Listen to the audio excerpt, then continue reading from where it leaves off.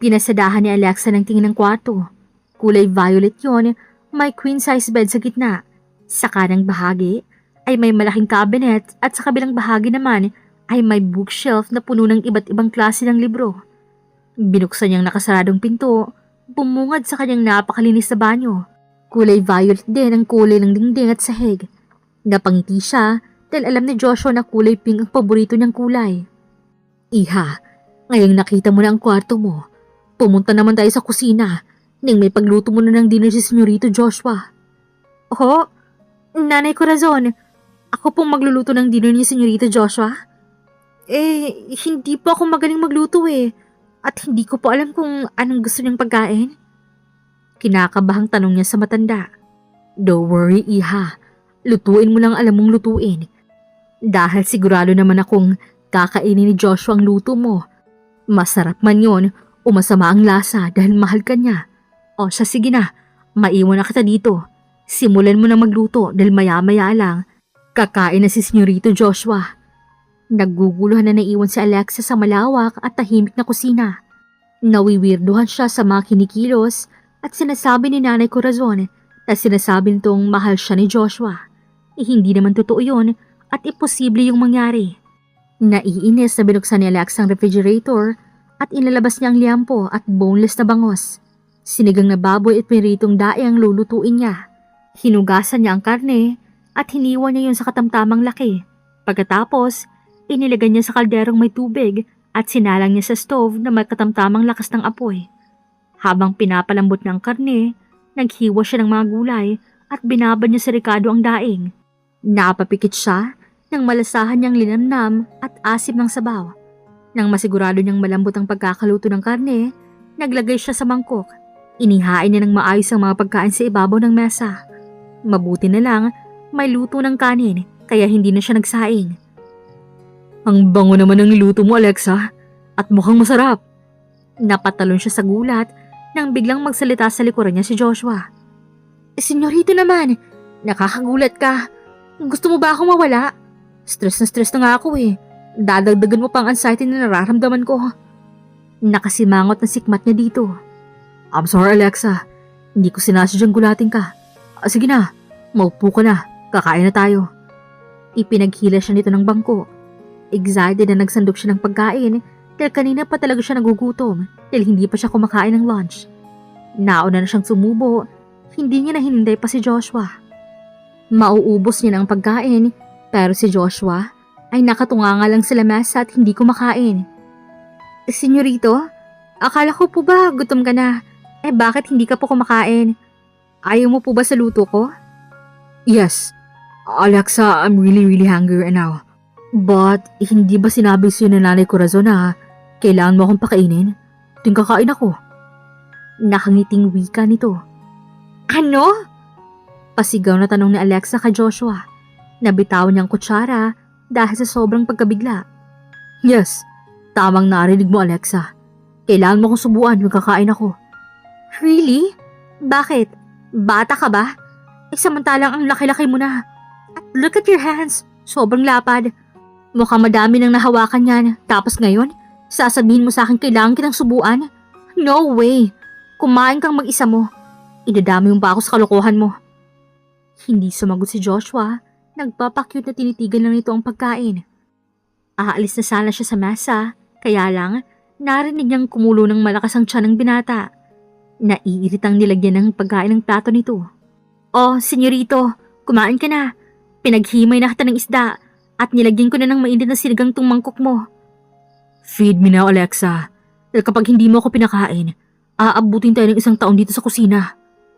Pananakot ni Joshua sa kanya. Ay, kainis. Tatanda talaga ako ng maaga dito sa amo kong parang bata. Nanggigigil na bulong ng isip niya. Dahan-dahan niyang dinampot ang kutsara at sinimulan niyang pakainin si Joshua. Habang sinusubuan niya ito, hindi siya nagsasalita dahil baka kung anong masamang salita pang masabi niya dito. Nakakalimang subo pa lang siya kay Joshua pero ayaw na nitong umanga. Senyorito, busog ka na agad? Kakonti pa lang naman ang kinain mo. Gutom na gutom pa, Alexa. Pero ayoko nang kumain dahil galit ka. Lalo lang ako nagugutom kapag tinititigan ko ang nakasimangot mong mukha. Pero Alexa, kung ngingiti ka't lalambingin mo ako, kakain ako agad. Pang-iinis na wika nito. Hindi niya man niya napigilang tumawa ng malakas dahil sa kakulitan ng amo niya. Oh, ngayon, masaya ka na? Dahil tumawa na ako ng malakas oh. Hala sige, nga. Napabunghalit naman ng tao si Joshua bago nagsimulang kumain ulit. Tumatawang pinakain niyang binata dahil sa kakulitan nito na wala ang galit at hinanakit na nararamdaman niya dito. Pagkatapos niyang pakainin si Joshua, ay inabutan niya ito ng isang basong tubig na malamig. Senyorito, may kailangan ka pa po ba? Dahil kung wala na, magpahinga ka na po. Ako nang bahalang maglinis dito sa kusina upang hindi na rin po maabala sa pagtulog si Nanay Corazon. Matulog ka na, Alexa. Ako nang magliligpit at maghuhugas ng mga kinainan natin. Talaga, senyorito? Maghuhugas ka? Hindi ka nilalagnat? Kasi kanina, senyorito, ang arte-arte mo eh. Tinalo mo pang isang buwang sanggol. Tapos ngayon naman, biglang sumipag ka. Nagpresenta ka maghugas ng plato. Alexa, marunong ako maghugas ng pinggan at magkuskus ng kaldero. Babae nga, napapasaya ko eh. Hindi niya na pinakinggan ang mga sinasabi ni Joshua dahil kumaripas na siya ng takbo papunta sa kwarto. Dahil kapag nagtagal pa siya sa kusina kung saan pa mapunta ang kanilang usapan. Naalimpungatan si Alexa dahil sa magaspang na kamay na humaplos sa maputi niyang pisngi. Ano ba? Please. Please lang, huwag mo akong gambalain ang pagtulog ko. Dahil inaantok pa ako eh. Inaantok na pakiusap niya sa makulit ng panauhin. Alexa, iha, gumising ka na. Dadalhin mo na sa kwarto ni Senyorito Joshua ang kanyang almusal. Nagising ang inaantok ng diwa nang marinig niya ang malambing na boses si Nanay Corazon. Sige po nanay, susundin ko po ang utos mo. Maghihilamos at magtutoothbrush lamang po ako sandali. Naghihikab na bumangon siya.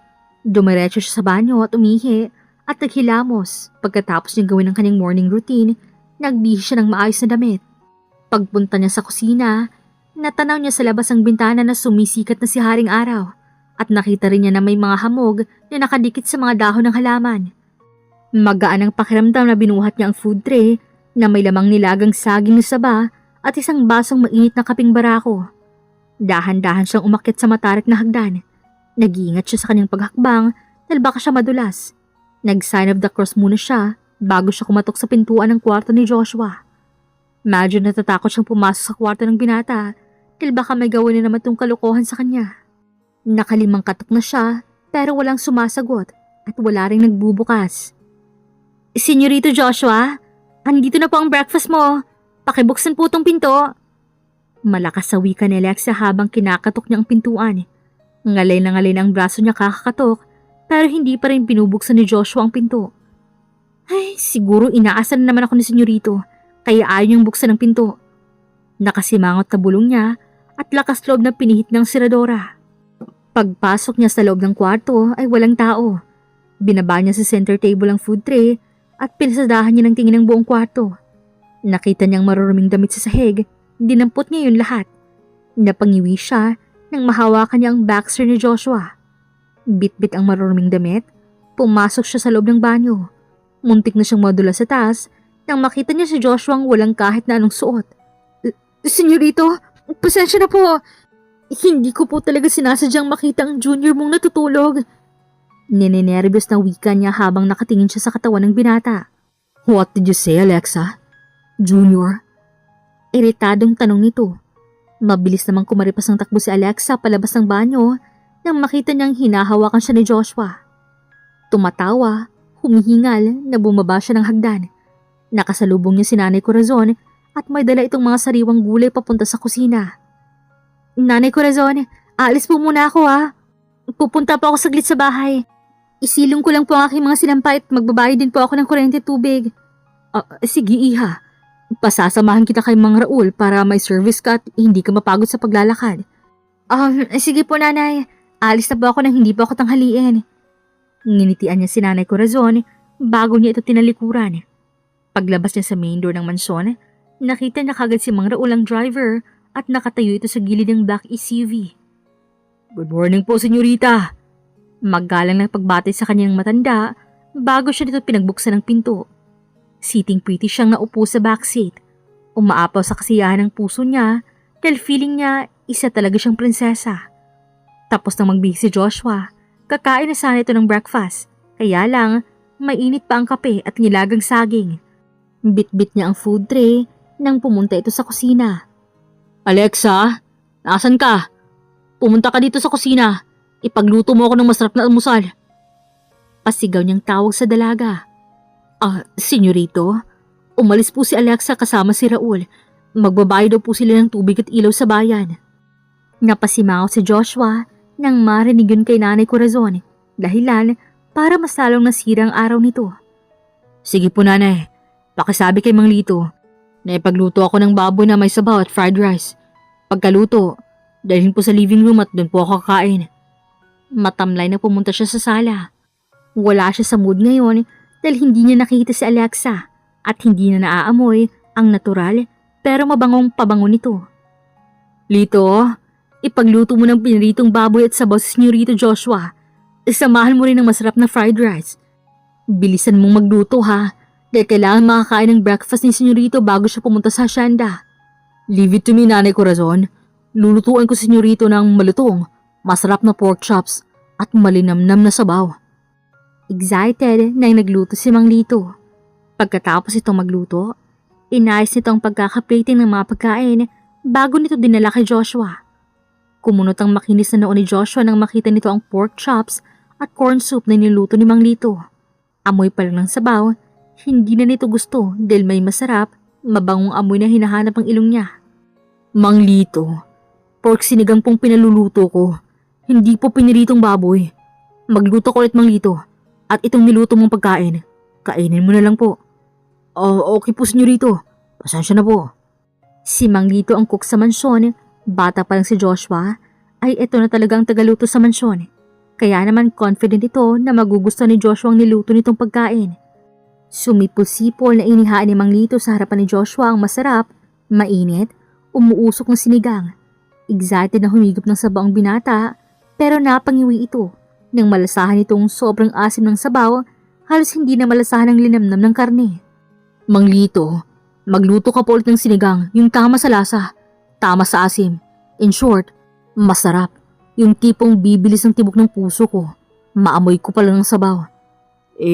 Senyorito, eto na pong pinaka-the best na luto ko ng pork sinigang. At saka, senyorito, paborito mo to diba? Nakakadalawang mangkok ka nga po nung sinigang dati. Noon po yun, Mang Lito. Paborito ko pong sinigang na luto mo.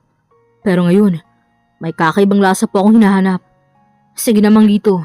Ipakain mo sa kasama natin sa bahay itong sinigang na niluto mo. At sabihin mo ang makasambahay na lutuan ako ng masarap na sinigang. Sige ho, senyorito. Kumakamot sa ulo na bumalik sa kusina si Mang Lito.